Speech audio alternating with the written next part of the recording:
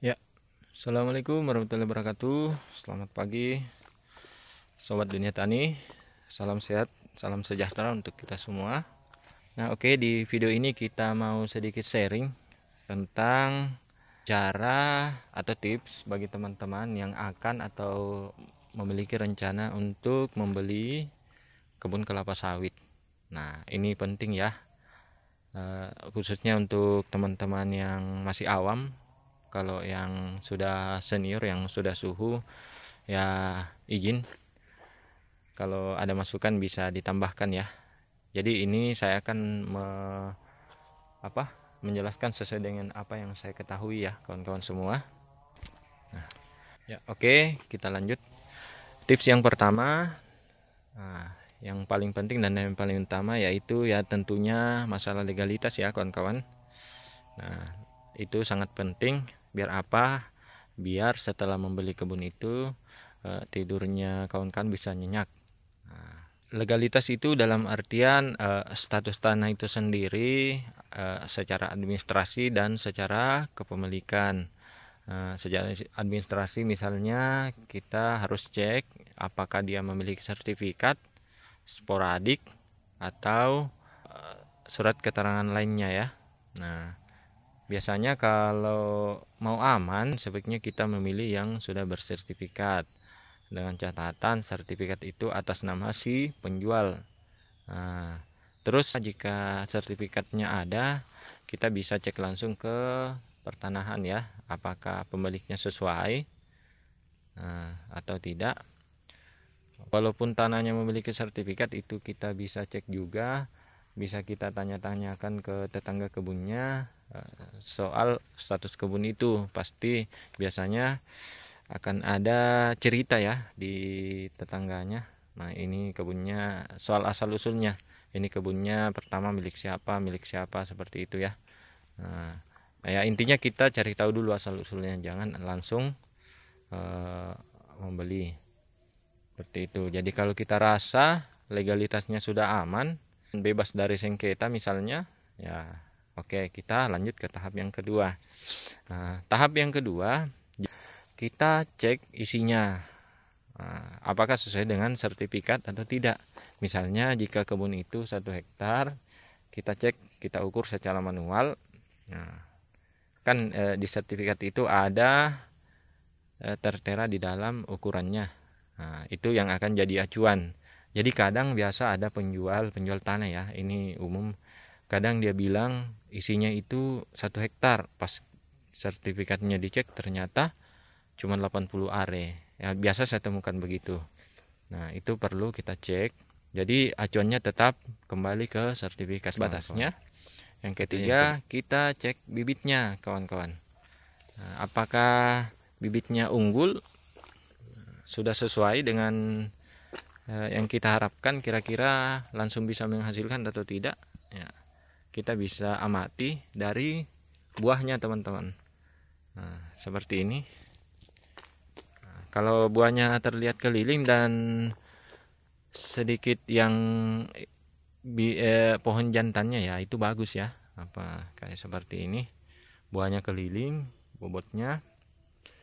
Nah, kita bisa juga cocokkan dengan kwitansi penjualan buahnya teman-teman. Kita minta sama pemilik pertama hasilnya berapa. Jadi itu kan bisa jadi referensi.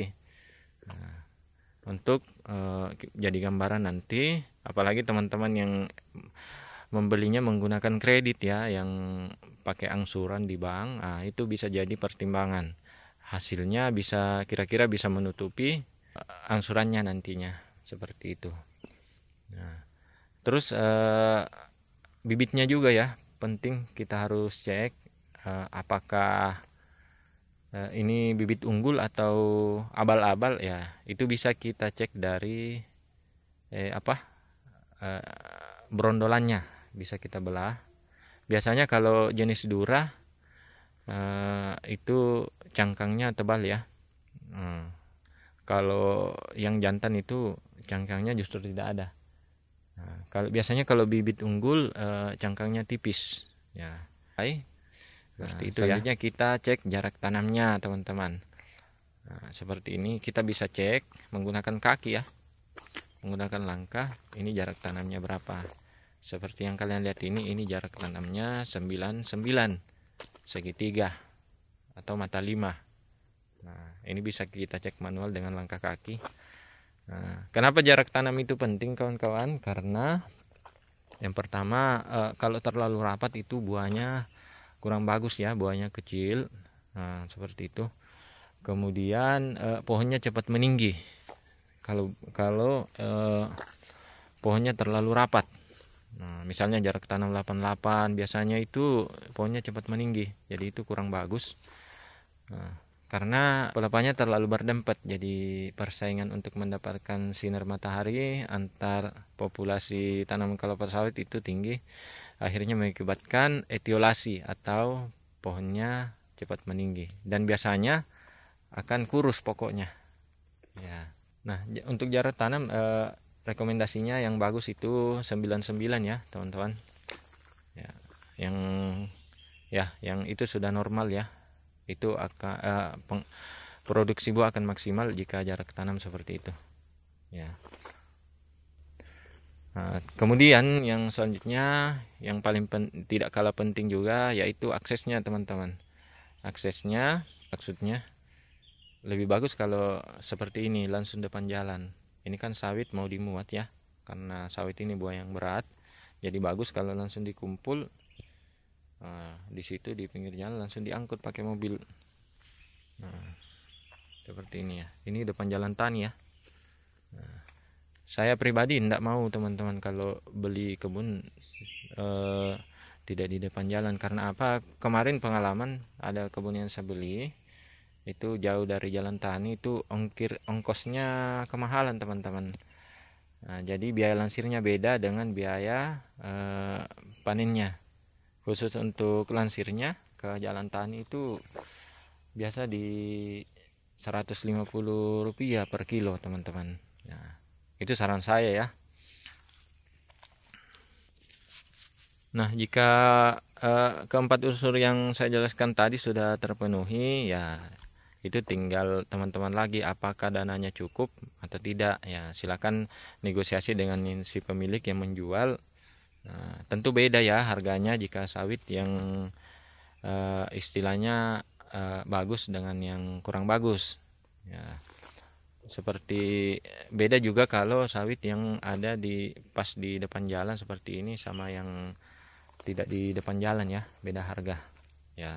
Kalau di tempat saya harga pasarannya per hektar kalau di depan jalan seperti ini sudah diangkat di 300 juta teman-teman per hektarnya. Ini kalau ke jalan utama di jalan desa ini jaraknya kurang lebih 100 meter saja.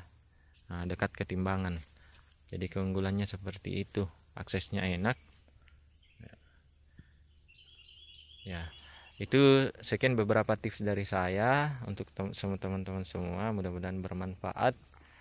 Jika ada yang kurang dari apa yang saya sampaikan ya bisalah kita sharing di kolom komentar ya kawan-kawan. Oke.